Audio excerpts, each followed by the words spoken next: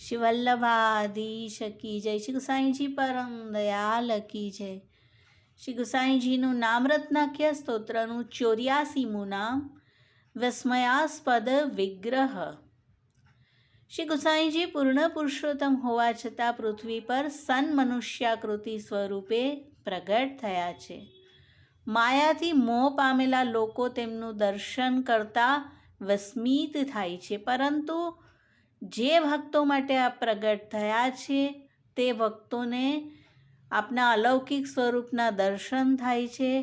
તેઓ દીનતાવાળા બને છે અને તેમને કોઈ પ્રકારનું વિસ્મય થતું નથી। વાર્તા ચરિત્રમાં યાદવેન્દ્ર દાસ કે એકવાર જ્યારે શ્રી ગુસાઈજી પોઢ્યા હતા અને યાદવેન્દ્ર દાસ ચરણ સેવા કરી રહ્યા છે ત્યારે શ્રી ગુસાઈજીના સ્વરૂપમાં આપને શ્રીજી અને શ્રી સ્વામિનીજીના દર્શન થયા। અને બીજા વાર્તાજી છે શૈવી બ્રાહ્મણ કો બેટા, તેના વાર્તાજીમાં પણ આ નામ આવી રહ્યું છે। અને સાથે પંચશ્લોકી ગ્રંથની ષડવિધા શરણાગતિ, શ્રી વલ્લભે જે 6 પ્રકારની શરણાગતિ બતાવી છે તે પણ આ ગ્રંથમાં આવી રહી છે। વાર્તાજી નંબર 203, એક શૈવી કો બેટા, નિત્યલીલાના સોનજુહી। તેઓ શ્રી વલ્લભના પણ સેવક હતા, કપૂર ક્ષત્રિય જલગરિયા। सो उन सैवी ब्राह्मण के आगे संतान न हती, वा सैवी की स्त्री की उदर में या छोरा को वास भयो, तब वाको बहुत पश्चाताप भयो। 100 जन्म ताई को वाको ज्ञान भयो, पूर्व जन्म को ज्ञान भयो। वह दुखित थयो, मन में विचार कियो, श्री आचार्य जी महाप्रभु धनी मेरे भय, तिनकी कानी ते श्री नवनीत प्रिय जी मोको स्थानुभावता जतावते। सो मैं जीभ की लालच स्वाद के लिए अपराध पर्यो, अन्य मार्गी के घर में आयो। अब जन्म होएगो तो मूंगो रहूंगो, बोलूंगो नहीं, पाछे रोवे नहीं, बोले नहीं, दूध पीवावे अथवा न पीवावे तो हूँ बोले नहीं। तत्यागे दूषणम नास्ति, यत कृष्ण बहिर्मुख, कृष्णથી બહિર્મુખ છે તેનો ત્યાગ કરવામાં કોઈ દોષ નથી। तब ऐसे करत बरस दिन को यह लरिका भयो, पूजा के लिए कछु ब्राह्मण बुलाए। तब अचानक एक शब्द बोलियो, श्री आचार्य जी महाप्रभु जी। दूसरे बरस 2 शब्द बोलियो, श्री आचार्य जी महाप्रभु जी, श्री गुसाई जी। तीसरे बरस 3 नाम लिए, श्री आचार्य जी महाप्रभु जी, श्री गुसाई जी, श्रीनाथ जी। और चौथे बरस श्री आचार्य जी महाप्रभु जी, श्री गुसाई जी, श्रीनाथ जी, श्री नवनीत प्रिय जी। અને આમાં આવશે અનુકૂલસ્ય સંકલ્પ, પ્રભુને અનુકૂલ બનવાનો સંકલ્પ લેવો। હવે આવે છે પ્રતિકૂલસ્ય વર્જનમ। तब या के बाप ने पूछी, बेटा तू जानी बूझी के गूंगो हो रहो है और बरस दिन में एक एक शब्द अधिको बोलत है, तेरे मन में होई सो कहे। तब वाने पृथ्वी पे आंख मांडे, जो तुम मोको श्री गोकुल ले चलो तब हों बोलूंगो। जे प्रतिकूल होय तेनो त्याग। હવે આવી રહ્યું છે કરિષ્યતિ ઇતિ વિશ્વાસ। શ્રી ઠાકોરજી મારું કરશે જ તેવો વિશ્વાસ રાખવો। तब वह ब्राह्मण स्त्री और लरिका गोकुल चले। वहाँ ढकरानी घाट पर बैठियो और श्री नवनीत प्रिय जी को जलगरिया जल भरन आवे अथवा वैष्णव आवे तब पूछे, श्री नवनीत प्रिय जी के यहाँ कहाँ समय है, श्री गुसाई जी कहाँ बिराजे है। सब देख ही रहे, छोरा तो सैवी को है, या को यहाँ की खबरी कैसे परत है। श्री गुसाई जी नवनीत प्रिय जी को राजभोग दरी गोविंद घाट पर पधारे। तब वैष्णवन वा छोरा की सब बात श्री गुसाई जी से कही। श्री गुसाई जी कहे, वह यहाँ आयो है कहा।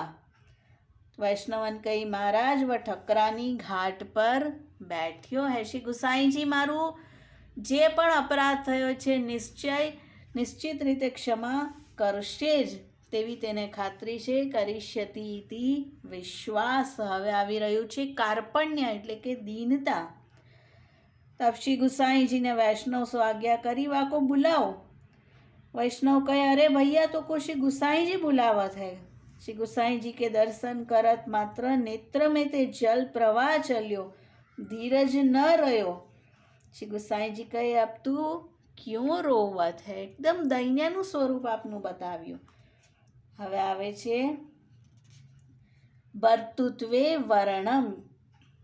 अब तो तू आई पहुंच्यो है, આવ્યો છે અમારી પાસે અને પહોંચ્યો છે શ્રી નવનીત પ્રિયજી પાસે. ચિંતા મતી કર, આગે તું સાવધાન રહે, પાછે વાકો નામ સુનાયો. તો સ્વામીના રૂપમાં સ્વીકાર કરવો એટલે ભર્તૃત્વે વર્ણમ. અને હવે આત્મનૈવેદ્ય, પાછે खवासो आज्ञा करी, याको नाई नवाई अपरस में मंदिर में आओ. तब वाको श्री नवनीत प्रिय जी की सन्निधान में ब्रह्म संबंध करवायो. छठी शरणागति आत्म निवेदन. पाछे कहे तू बाहर जाव, तो नवनीत प्रिय जी के द्वार की चौखट पकड़ी राखी. श्री गुसाई जी कहे, बहुत दिनांते बिछड़ियो है, ताते की यह अवस्था है. पाछे वाते कही तू बाहर निकसे तो अनुसर होवे, परंतु चौखट छोड़े नहीं. और जोर सो चौखट छुड़ाई तो वाको जब चौक में आयो तो देह छूटी गई. श्री गुसाई जी जाने वैष्णव को दे तो जीव तो लीला में पहुंचियो है. तब श्री गुसाई जी वाकी देह में अपनी सत्ता धरी. सिंह पोरते बाहिर एक कुआ है, तहाँ पहुंचाई दियो. वाको ऐसे देखी माँ बाप रोवन लागे. श्री गुसाई जी कहे, काहे को तेरो बेटा है, यह तो हमारो जीव हतो. कोई अपराधे तेरे घर आयो हतो, अब हमको आई मिल्यो. અને આટલું બધું પ્રગટ પ્રમાણ જોયું તો પણ વિસ્મય નથી થયું, કારણ કે તેઓ દૈવી જીવ નહોતા, શૈવ માર્ગીય હતા. દૈવી જીવ હોતો તો એસો સુખ છોરી કે कहाँ जाए. पाछे चाचा जी पूछे, या वैष्णव कौन हतो? श्री गुसाई जी श्री मुक्ति कहे, श्री आचार्य जी महाप्रभु उनको सेवक नवनीत प्रिय जी को खासा जल गरिया. वाको स्थानुभाव हतो. श्री नवनीत प्रिय जी इनकी गोदी में बैठी के परमानंद स्वामी के कीर्तन सुने, पर एक बैर महाप्रसाद की पात्री में घी थोड़ो धर्यो. तब याके मन में आई, मेरे कांधे को जल श्री नवनीत प्रिय जी अरोगत है, सो आज मेरी पात्री में ओछी वस्तु क्यों धरी. यह बात उनने अक्का जी ते कही.